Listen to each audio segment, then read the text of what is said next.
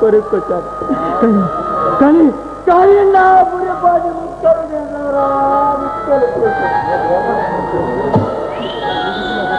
గోపి, నువ్వు చాలా పొరపాటు పనిచేశావు. అసలు నిన్ను పెళ్లి చేసుకుంటానని చెప్పినప్పుడు నువ్వెలా నమ్మావు గోపి? నువ్వేనా మాట్లాడుతున్నావు? అవును గోపి, నేనే. ఆస్తి, అంతస్తు, హోదా, అందం కలిగిన జమీందారు కొడుకు నాకు భర్తగా రాబోతూ ఉంటే అసలు నేను ఎలా పెళ్లి చేసుకుంటా అనుకున్నావు?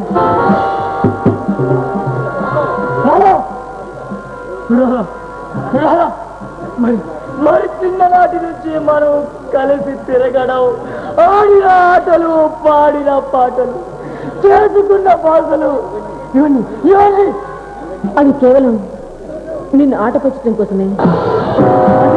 అంటే పెళ్లి చేసుకుంటారని పెళ్లి ముహూర్తం పెట్టించుకుంటా ఆట పట్టించడమేనా? అవును, అది కేవలం నాటకం మాత్రమే. నువ్వంటే నాకు ఇష్టం లేదు గోపి. అంటే జీవితంతో ఆటలాడుకుంటున్నావా? చూడు గోపి, ఒక్కొక్కప్పుడు జీవితంతో ఆటలాడుకోక తప్పదు గోపి. ఎంత మోసం చేశారా, ఎంత మోసం! ప్రేమంటే ఎంతో పవిత్రమని భావించిన పిచ్చివాడి రాదా. నువ్వు నా కోసమే బ్రతుకుతున్నావని, నేను లేకపోతే నువ్వు బ్రతకలేవని భ్రమపడి గాలిలో మేడలు కట్టుకొని నిన్ను పిచ్చిగా ప్రేమించిన పిచ్చివాడి రాదా, పిచ్చివాడి.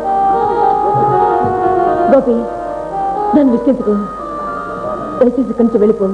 నా మనసేం బాలేదు.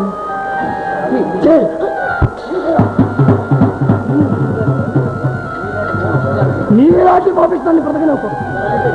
చంపే గోపి, చంపే. ఈ పాపిష్టాన్ని చంపేస్తే అసలు పీడ విరగడైపోతుంది గోపి. నీలాంటి పాపిస్తాన్ని నాకే వస్తుంది. లక్షల ఆస్తి కోసం, దర్జాగా బ్రతకడం కోసం నీతిని వదిలేసిన నీలాంటి నీతిమైన దారి అద్దాడిస్తుంది. ప్రేమించిన నా కళలు